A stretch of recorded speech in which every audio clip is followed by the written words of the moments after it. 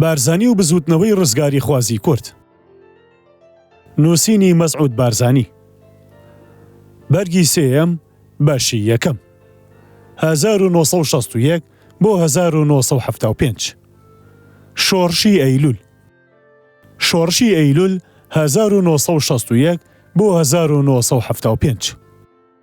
بەشی دەیەم پەیوەندیەکانی تاخمی مەکتەبی سیاسی کۆن با ڕژێمەوە. دەرکەوتکەوە باوەڕی بارزانی بە جەلال تاڵبانی و هاوڕێکانی کە دۆڵەڕەقەیان بۆ دەستنیشان کرابوو لەوێ نیشتەجێ ببن. لە جێی خۆیدا نەبوو.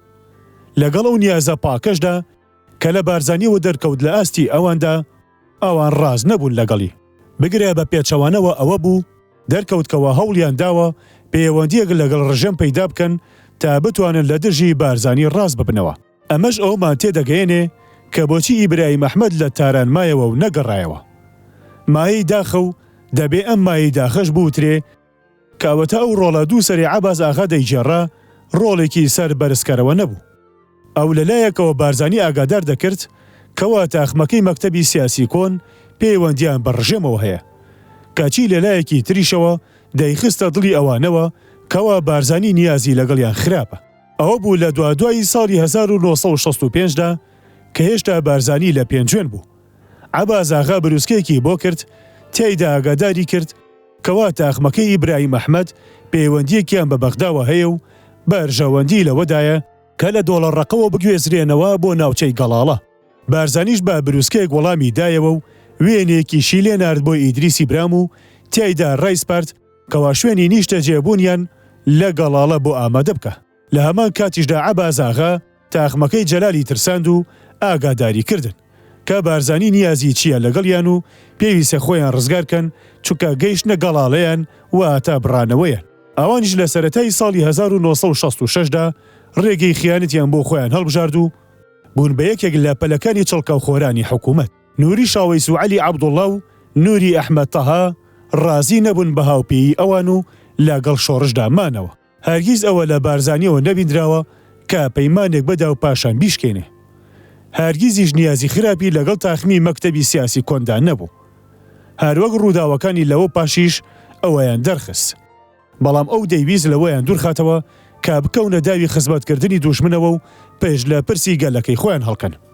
ئەوەش کە جەلال تاڵەبانی و کەسانێکی تریان لافیان بۆ لێدەدا گوایە بارزانی نیازی وابوو لە ناویان ببات. ئەوە لافێکی نادروستە و هیچ بنەمایەکی نییە. ئەم پرسە بوو بەهۆی ئەو ساردیەی لە نێوان بارزانی و عەباس ئاغادا پەیدا بوو. بەڵام بارزانی لەو کەسانە بوو کە ڕقی خۆیانیان دەخواردەوە و هەرگیز شتێکی وای لێوە دەرنەکەوت نیشانەی ساردی بێ لەگەڵ عەباس ئاغا یان خراپەکردن بێدەرهەقی. بگرە لە مەسەیرتریش عەباس ئاغا ئەو تاخمەی بە ئۆتۆمبیلی خۆی لە دۆڵەڕەقەوە گواستنەوە بۆ ناوچەکانی حکوومەت و پاشەوەی لە گەیشتنە جێیان دڵنیا بوو مەتمانی کردکەوە دەستی شۆڕش نایەنگاتێ بروسکەیەکی بەسەرگشت بنکەکانی پێشمەرگەدا بڵاو کردەوە ئاگاداری کردن تیایدا کەوا تاخمی مەکتەبی سیاسی و لایەنگرەکانیان شوێنەکانی خۆیانیان جێهێشتووە و هانی دەدان کەوا بکەونە شوێنیان و بیانگرن. بە لە دەرگەی خیانەتەوە چوونە ژوورەوەی جاش ڕۆشنبیر لە پڕێکی خەمگین لە مێژووی گەلی کووردا کرایەوە. ئەمانە بە ناتۆری جاشی 66 کە لە فەرهەنگی خەباتی کورداندا بووە بە زاراوێکی چەسپا و جێگرتوو لە جاشەکانی ترگوێکرانەوە. ئەم زاراوەیە ئاماژە بوو بۆ ئەوە کە ئەمانە ساڵی 1966یان بۆ خۆیان هەڵبژارد کە ئەم ناتۆرەیەیان تێدا ببڕێ بەسەردا. هەر تەنیا مێژوش بووی هەیە بڕیاری خۆی لەباری ئەو زیانەوە بدا کە ئەمانە لە ڕەوتی شۆڕشی نیشتیمانیدا بوون بە مایە و هۆی. ئەمانە حکوومەتکردنی بە پێش قەرەوەڵی شەڕی براکانی خۆیان. تاتوانیان و پێیان کرا خەڵکیان کوشت و بەدیل گرت و ماڵی خەڵکیان سووتاند و دارایی خەڵکیان چەپاو کرد.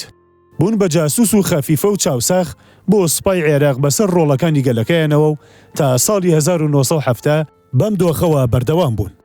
پلانی تەوەکەلت عەلە الله بە مردنی عەبدولسەلام عارف و چوونە پاڵ ڕژێمی ئیبراهیم ئەحمەد و تاخمەکەی و بوونیان بە خزمەتکار و شوێنکەوتەی ڕژێم وای چوو بە خەیاڵدا کەوا گوایە تای تەرازووی ئەو قورس بووە بەسەر تای تەرازوی و شۆڕشدا و دەستگرتن بەسەر بار و دۆخەکەدا ئەوەندەی نەماوە و هاکە هاتە ناو مشتەوە. لەم سەرەتایەوە ئەو نەخشەیە دانرا کە ناوی هێمایی توكلت على الله لێنرا.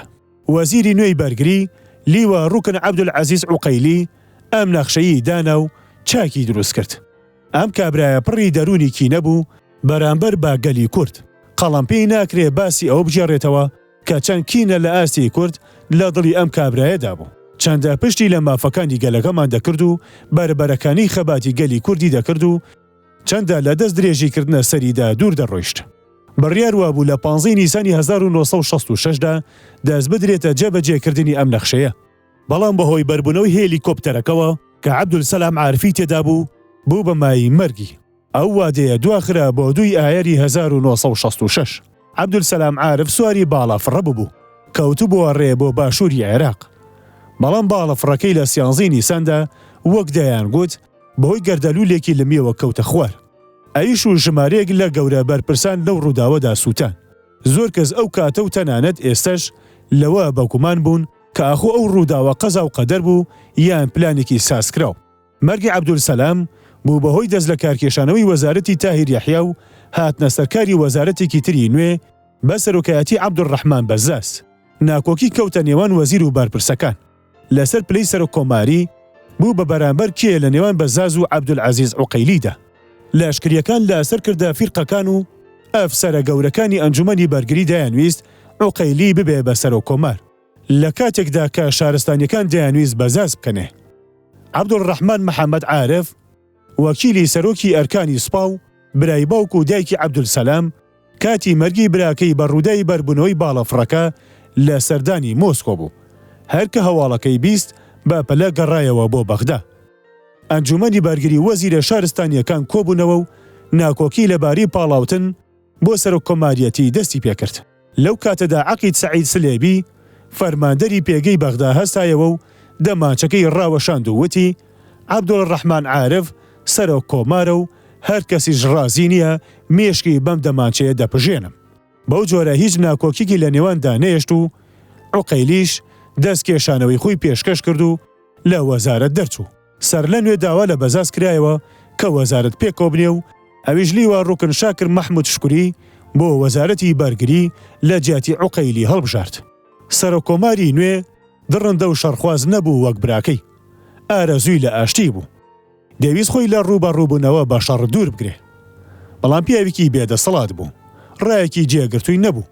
خاوەنی بڕیاری یەکجاری نەبوو. گوێی بۆ بیر و بۆچوونی کەسانی ترشت دەکرد. بەڵام گفتوگۆی لا باشتر بوو.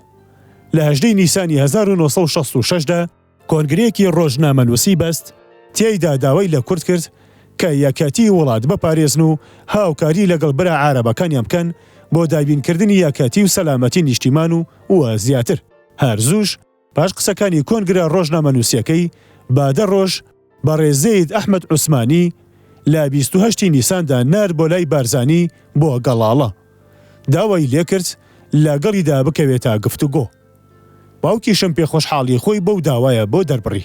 بەڵام ئەفسەرە گەورەکانی سوپا ناڕەزاییان لەم دەست پێشخەری سەرۆکۆمار دەربڕی و پاڵە پەستۆیان خستە سەری و داوای جێبەجێکردنی نەخشەکەی تەوەکەلت عەلە اللهیان لێ کرد کە کاتی خۆی پاشیان خستە بوو. بە تایبەتیش پاش ئەو دووبەرەکیەی لە ناو پارتیدا ڕوویدا بوو بەهۆی ئەوەی پێڕەکەی مەکتەبی سیاسی کۆن بچنە پاڵ حکوومەت و ببن بە چڵکە و خۆری. عەبدولڕەحمان عارفیش دەست بەجێ ڕەزامەندی خۆی پیشاندا کە نەخشەی ناوبراو جێبەجێ بکرێ و بیری گفتوگۆکردنی لەگەڵ بارزانی خستە ئەولاوە. لەشکریەکان گومانیان وابوو کە چونە پاڵ حکوومەتی ئەو گوێبووانە تەرازوی هێز لەلایەنی شۆڕشەوە لاسەنگ دەکە و لایەنی حکوومەت سەنگین دەکە و سەرکەوتن لە هەر شەڕێکی لەمە پاشدا بە یارمەتی ئەو دابڕاوانە دەستەبەر دەبێ و شۆڕش لەناو دەچێ. قۆناغی جێبەجێکردن نەخشەکە لە چەندین کردەوەگەلی سەربازی بەربڵاو بەڕاستی پڕ مەترسی گەورە بۆ سەر پاشەڕۆژی شۆڕش پێک هاتەبوو.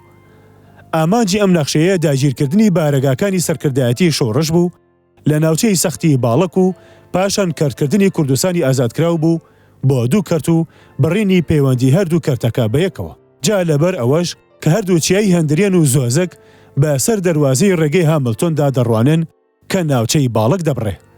هێزەکانی حکوومەت قورسایی هێرشەکانی خۆیانیان خستە سەر ئەم دوو چیایە.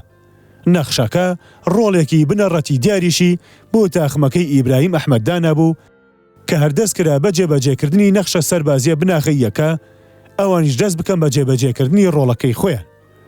نەخشە بنەڕەتیەکە بەم جۆرە بوو. ئەو هێزانی ڕەچاو کرابوون بۆ هێرش. یەکەم، لیوای 1 و 2 و 3 و 4 و 5 و 14 و 15 کە نێزیکەی 15,000 چڵکاوخۆری خێڵەکیش یارمەتیان بدەن. دووەم، هەردوو بنکەی ئاسمانی کەرکووک و مووسڵ کە خاوەنی 2 پۆل باڵەفڕەی مێگ و 2 پۆل باڵەفڕەی هۆکەر هەنتەر و 8 بۆمبە هاوێژی ئیلیوشن و 6 بۆمبە هاوێژی باجەر تۆپۆلیف 16 بوون. سێیەم، 5 کەتیبەی تۆپخانە، کاتیبەیەکی تۆپخانەی ئەندازە 122 ملیمی کەوان و کاتیبەیەکی تۆپخانەی مەیدانی 120 ملیم و کاتیبەیەکی تۆپخانەی چیایی ئەندازە 25 ڕەتڵ و کاتیبەیەکی تۆپخانەی ئەندازە 75 ملیم و کاتیبەیەکی تۆپخانەی 4.20 ملیم و 6 تۆپی ئەندازە 5 گرێ. سەرکردایەتی شۆڕش زانیاری وردی لا هەبوو کەوا حکومەت نیازی وایە لە یەک کاتە هێرش بهێنێتە سەر هەردوو ناوچەی بارزان و باڵک. لەگەڵ ئەمەشدا گومان وابوو کەوا بەهۆی مردنی عەبدولسەلام عارف و نیازی گفت و گۆکردنەوە وازی لە جێبەجێکردنی نەخشەکە هێناوە. لەبەرەوە شۆڕش بە پێی پێویست خۆی ئامادە نەکرد. بۆ نمونە بەشی زۆری سەرکردەکانی پێشمەرگە لە دەڤەری هەندرێن لە ئاهەنگی ژنێنانی مەلازم ڕیازدا بەشدار بوون کە یەکێک بوو لە سەرکردە چالاکەکان و بارەگاکانی سەرکردایەتیان بەجێهێشت بوو. دوژمنیش کەڵکی لەم هەلە بەنرخە وەرگرت و چەندین شوێنی گرنگی لە هەندیرێن داگیر کرد. شەوی دوو لەسەر 3 ئایاری 1966 هێرش بەم جۆری خوارەوە دەستی پێکرد. یەکەم، لیوای 4 پێش کەوت بۆ دەستگرتن بەسەر چیای هەندرێندا و لیوای 1 باکشان بۆ سەر بنە کاول و دۆڵی ئاکۆیان یارمەتی دەدا. دووەم، لیوای 3 بە یارمەتی لیوای 14 بەرەو زۆزک پێش کەوت. سێیەم، بەشی زۆری جاشەکان لە هەڵمەتدا بۆ سەر زۆزک بەشدار بوون.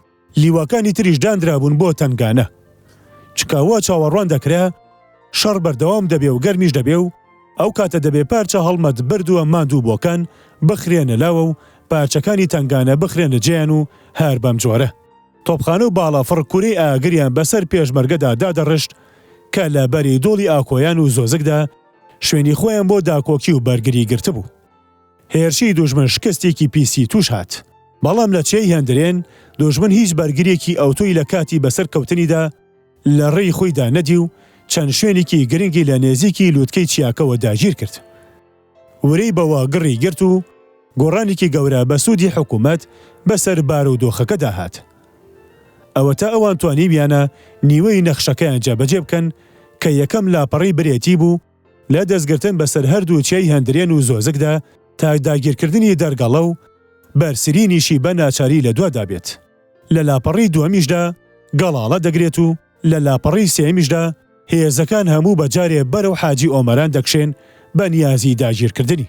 سەعید حەمۆ فەرماندەری لیوای 5 کە هەوای سەرکەوتن لە کەلەیدا بوو بە پەراوێزی ئەم بەرەو پێشچوونەی هێزەکانیەوە وتی ڕیشم بەردەدەمەوە و نایتاشم تا دەگەمە گەڵاڵە.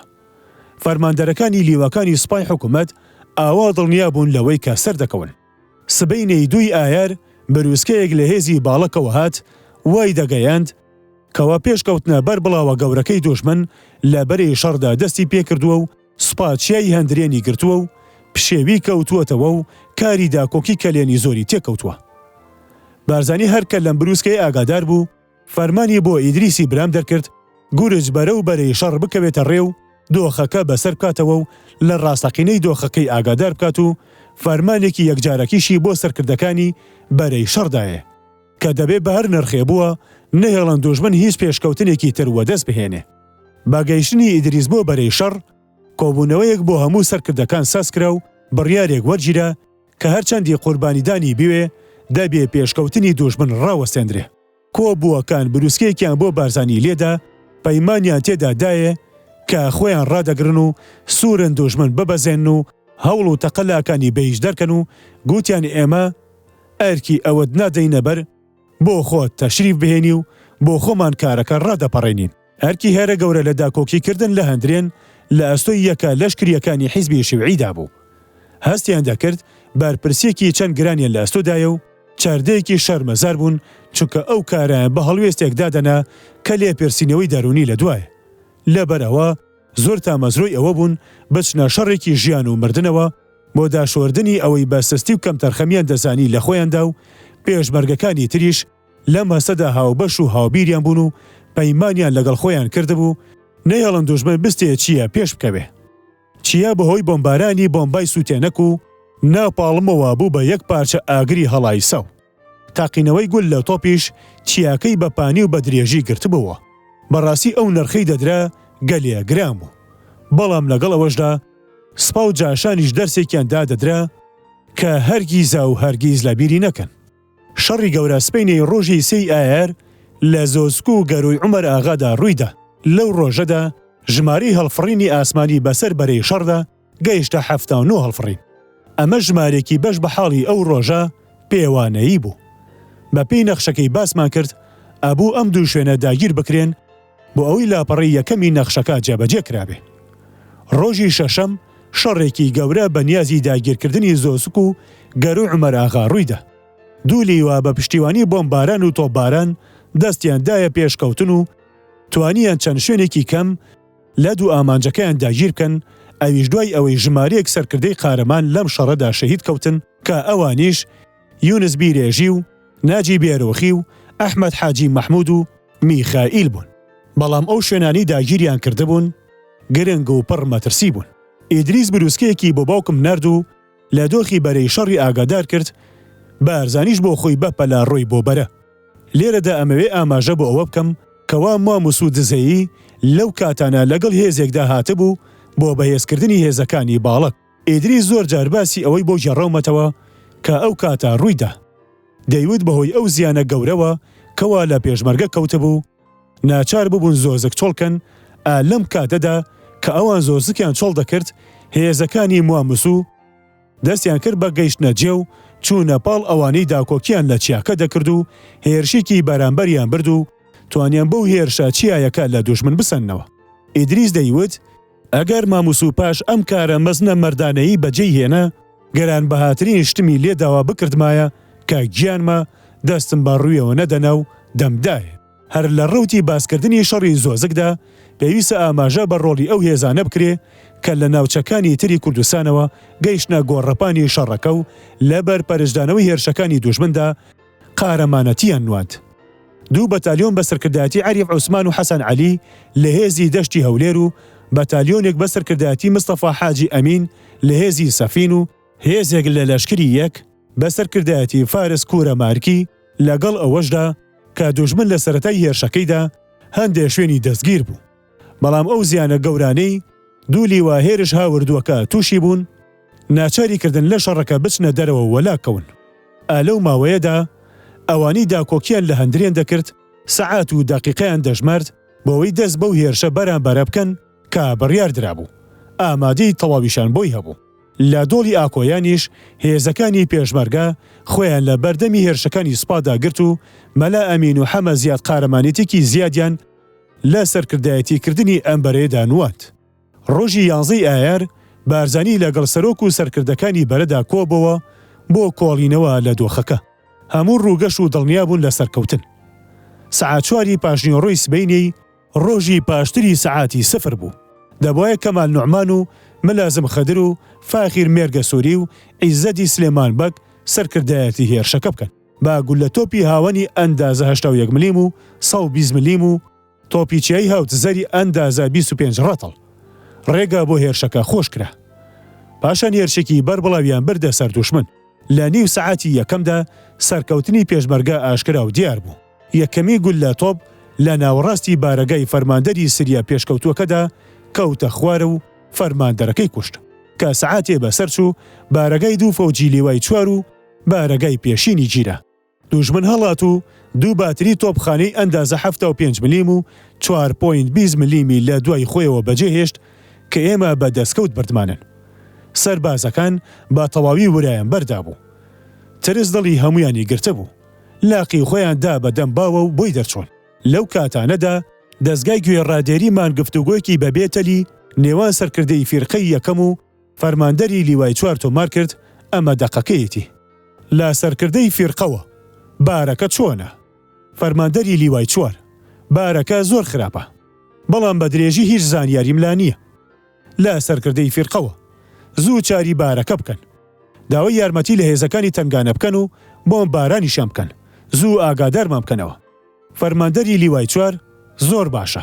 فەرماندەری لیوای 4 سەبارەت بە بارودۆخ لە مقەدەم ئیبراهیم دەپرسێ بارەکە چۆنە. مقەدەم ئیبراهیمیش کە فەرماندەری یەکێکە لە فەوجەکانی لیواکە وەڵامی دەداتەوە. گەورم تا پلەی ئەو پەڕ خراپە، ورە هەمووی تەپیوە و بە تەواوی دەسەڵاتمان لە دەست چووە. هەر سەربازێک دەگری دەیەوێ خۆی دەرباز بکە. هەرچی فەرمان دەدەم و هانیان دەدەم خۆیان بگرن، گوێیەک نییە بیان بیسێ. فەرماندەری لیوای 4 تۆپی 75 ملیم و 4.20 ملیمیان تێگرن. فەرماندەری فەوجەکە گەورم نیو سەعات بەر لە ئێستا ئەم تۆپە کەوتە دەستی یاخیەکان و ئێستا خۆمانی پێ تۆپباران دەکەن. فەرماندەری لیوای 4 خۆتان لە شوێنەکانتان ڕاگرن. هەر ئێستا هێزی تنگانە و باڵەفڕی هۆکەر هەنتەر و تۆپخانی 5 دەنێرم. فەرماندەری فەوجەکە گەورم وەڵڵا هیچ سوودی نییە، تەنانە ئەگەر بۆمبای ئەتۆمیش بەکار بهێنن. یاخیەکان هەموو شوێنەکانیان داگیر کردووە و ئێمە هیچ کوێیەکمان بەدەستەوە نەماوە. و ئێستاش هێرشەکە لە بارەگاکەی خۆم نزیک بۆتەوە. فەرماندەری لیوای 4 باشە، ئەی زانیاریت لەباری فەوجەکانی ترەوە چی لایە؟ فەرماندەری فەوجەکە گەورە ماوەیەکە پەیوەندیمان لە نێواندا بچڕاوە و هیچیان لەبارەوە نازانم. فەرماندەری لیوای 4 مقەدەم ئیبراهیم خۆت لە شوێنی خۆت ڕاگرە، تۆ لە قارەمانانی، هەر ئێستا یارمەتیت بۆ دێت. فەرماندەری فەوجەکە گەورم جەختت بۆ دەکەم، هیچ یارمەتیەک کەڵکی نییە. ئەوەتە هێرشەکە گەیشتە بارەگاکەم، لەمە و پاش ناتوانم پەیوەندیشتان پێوە بکەم. پاش ئەمە لاپڕ گفت و گۆکە بچڕە و دەرکەوت مقەدەم ئیبراهیم بۆ خۆی ڕزگار بوو و بادیل نەگیراوە. لیوای 4 کە باشترین لیواچیاییەکانی سوپای عێراق بوو، لە هەمویان مەشقی زۆرتر کردبوو، چەک و جبەخانی باشتری هەبوو. لەم هێرشەدا تێکشکە. سەرکردەکەشی عەقید ڕوکن خالید حەسەن فەرید بوو، وا ناسرا بوو کە لە باشترین ئەفسەرانی سوپای عێراقە. پاشان زانیمان کەوا وازی لە خزمەتی سوپا هێناوە و کۆچی کردو بۆ چیکۆسلۆڤاکیا بۆ ئەوەی لەوێ بژی. ڕۆژی 12 ئایار پێشمەرگە داستانێکیان لە نازدارترین داستانەکانی گەلی کورد لە هەموو مێژوویدا تۆمار کرد. ئەو داستانەی ئەو ڕۆژە نمونەیەکی میسالی کەم وێنەی هاوکاری پتە و هاو ئاوازەیی تەواوی نێوان هێزەکانی پارتی دیموکراتی کوردستان و حیزبی شیوعی عێراق بوو. نمونەی ئەوە بوو کە دەبێ برایەتی ڕاستەقینەی کورد و عارەب وابێ. ژمارەیەک لەو ئەفسەر و جەنگاوەرانی لەو شەڕەدا بەشدار بوون، عارەب بوون و لەگەڵ برا کوردەکانیاندا داکۆکیان لە کوردستان دەکرد و بەشێکی مایی سەربەرزیان لە ڕزگارکردنی ناوچەکەدا هەبوو. لەناو ئەوانەدا بە تایبەتی ناوی ڕائید کەمال نوعمان و ملازم نوعمان ئەلوان دەهێنم کە لە شۆڕشدا بە ملازم خەدر ناوی دەرکرد بوو.